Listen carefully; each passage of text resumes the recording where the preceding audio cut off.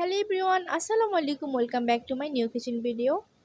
So hello viewers, আজকে সবজি খিচুড়ি বানানোর জন্য আমি কি সবজি নিয়েছি আপনাদের একটু দেখিয়ে দিচ্ছি। এরপর যে আমরা চালের মেজারমেন্টটা একটু দেখিয়ে দিচ্ছি। এখানে আমি এই মগে 3 মগ পরিমাণ চাল ডাল মিলিয়ে নিয়েছি। তো এখন আমরা একটি পাতিলে সয়াবিন তেল দিয়ে দিচ্ছি। এখন যে সবজিগুলো কেটে রেখেছিলাম ওগুলো একটু তেলের মধ্যে সটে করে নিচ্ছি। প্রথমে দিলাম মিষ্টি কুমড়া এবং গাজর। এখন দিয়ে দিচ্ছি এখানে 1 কাপ পরিমাণ আলু। তো এগুলাকে আমি একটু ভেজে নেব, যেহেতু এগুলো একটু শক্ত পরিমাণের সবজি, সেজন্য আমি এগুলাকে আগে দিয়ে দিয়েছি। এখানে একটু লবণ দিয়ে দিলাম। এখন খুব ভালো মতো এগুলাকে নেড়েচেড়ে দিচ্ছি। তো বেগুন এবং যেটাকে বলে যে ভটভটি, এগুলো একটু নরম হয়ে আসে খুব তাড়াতাড়ি, সেজন্য আমি এগুলো একটু লাস্টের দিকে দিলাম। এখানে 1 কাপ পরিমাণ আছে বেগুন এবং 1 কাপ পরিমাণ ভটভটি আছে। তো আমি এখানে ভটভটি দিয়ে দিচ্ছি, কিছুক্ষণ পরে একটু ভেজে নিচ্ছি। তো এখন এখানে ভটভটি দিয়ে দিলাম। তো এখন এগুলোকে খুব ভালো মতো নেড়েচেড়ে দিচ্ছি, একটু সটে করে নিচ্ছি সবগুলোকে।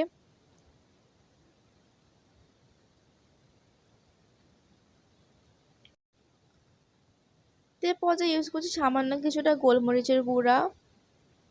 গোলমরিচের দেওয়ার কারণে সবজি থেকে একটু ঝাল ঝাল একটা ফ্লেভার আসবে এবং গন্ধটা অনেক বেশি সুন্দর আসে। তো সবকিছু আবারও একটু নেড়েচেড়ে দিচ্ছি। এ পর্যায়ে আমরা সবজির জন্য, ফ্লেভারের জন্য এবং স্বাদের জন্য, এক্সট্রা স্বাদের জন্য আমরা এখানে একটি ম্যাগি মশলা ইউজ করছি। আমি এখানে আরও 2টা ম্যাগি মশলা ইউজ করবো, সেটা পরে আপনারা দেখতে পাবেন। তো পর্যায়ে আমাদের সবজিগুলো যখন হয়ে আসবে, এগুলোকে আমি এখন এক সাইড করে তুলে রেখে দিচ্ছি।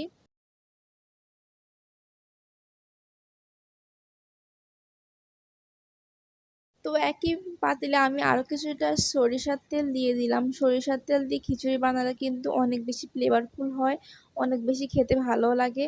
তো তেলের মধ্যে আমি পেঁয়াজ কুচি দিয়ে দিলাম। এখন দিয়ে দিচ্ছি আদা রসুনের পেস্ট 2 টেবিল চামচ করে। তো এই পর্যায়ে সব কিছু খুব ভালো মতো নেড়েচেড়ে দিচ্ছি। দুর্গন্ধ অর্থাৎ কাঁচা স্মেল যেটা থাকে ওইটা দূর হওয়া পর্যন্ত আমি সবগুলোকে নাড়তে থাকবো। এখন আমরা এখানে গরম মশলা ইউজ করছি, তেজপাতা, এলাচ এবং দারচিনি। সব কিছু সুগন্ধ আসা পর্যন্ত একটু ওয়েট করব। এখন আমরা ধুয়ে রাখা মাংস এখানে দিয়ে দিচ্ছি। এখানে আপনারা যতটুকু মাংস নেবেন ততটুকু মাংস দিয়ে দিবেন। আমি আমার চালের পরিমাণ অনুযায়ী এখানে দিচ্ছি স্বাদ মতো লবণ চিকেনের জন্য। এখন সবকিছু আবারও খুব ভালো মতো নেড়েচেড়ে দিচ্ছি। এই পর্যায়ে এখানে গুঁড়ো মশলা ইউজ করতে হবে। দিচ্ছি হলুদের গুঁড়া, মরিচের গুঁড়া, জিরার গুঁড়া এবং গরম মশলার গুঁড়া। সবকিছু খুব ভালো মতো দিয়ে নেড়েচেড়ে দিচ্ছি। তো এখানে আমার সব ধরনের গুঁড়ো মশলা দেওয়া শেষ। এখন আমি সবগুলোকে খুব ভালো মতো মিশিয়ে দিচ্ছি। তো এই সবজির খিচুড়িটা বানানো কিন্তু খুবই ইজি। তো নিচের যেন না লেগে যায় সেজন্য আমি একটু পানিও দিয়ে দিলাম এখানে। এখন ঢাকনা দিয়ে এটা কষানোর পালা। তো কষানো হয়ে গেলে আমি এখানে চাল অ্যাড করব, চাল ডাল।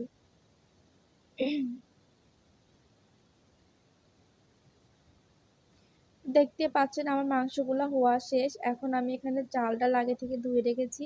চেষ্টা করবেন চাল ডালগুলো আগে ধুয়ে রাখা, যেন পানি পুরোপুরি একদম শুকিয়ে যায়। তো আমি এই অবস্থায় চালগুলো এখানে অ্যাড করে দিলাম। এখন এটাকে খুব ভালো মতো ভেজে নেব।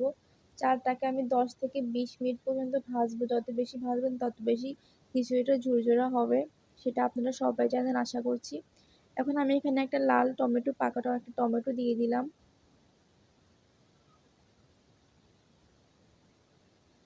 এরপর যে আমি এখানে আরেকটা ম্যাগি মশলা ইউজ করছি। খিচুড়ির মধ্যে যত বেশি ম্যাগি মশলা ইউজ করবেন আপনার খিচুড়ি তত বেশি ফ্লেভারফুল হবে, তত বেশি টেস্টি হবে। এখন আমি এখানে গরম পানি ইউজ করছি, একদম টাটকা গরম পানি। যেহেতু আমি যে মগটা আপনাদেরকে দেখিয়ে দিয়েছিলাম, যে মগের আমি 3 কাপ পরিমাণ চাল ডাল ইউজ করেছি, তো ওই মগের আমি এখন ডাবল পানি দিয়েছি, অর্থাৎ 3 কাপ চাল ডালের জন্য আমি 6 কাপ এখানে পানি ইউজ করেছি। তো আপনারা অবশ্যই পানির মেজারমেন্টটা ভালো মতো দিবেন, তাহলে কিন্তু আপনার খিচুড়ি কিন্তু ভালো হবে না। তো এখানে আমি 3-4টার মতন কাঁচামরিচ দিয়ে দিলাম। এরপর যে পানিটা শুকিয়ে আসলে মোটামুটি, এখন আমি আগে থেকে রান্না করা সবজিটা এখানে দিয়ে দিলাম। এখন চাল ডালের সাথে খুব ভালো মতো সবজিগুলো মিক্স করে নিচ্ছি।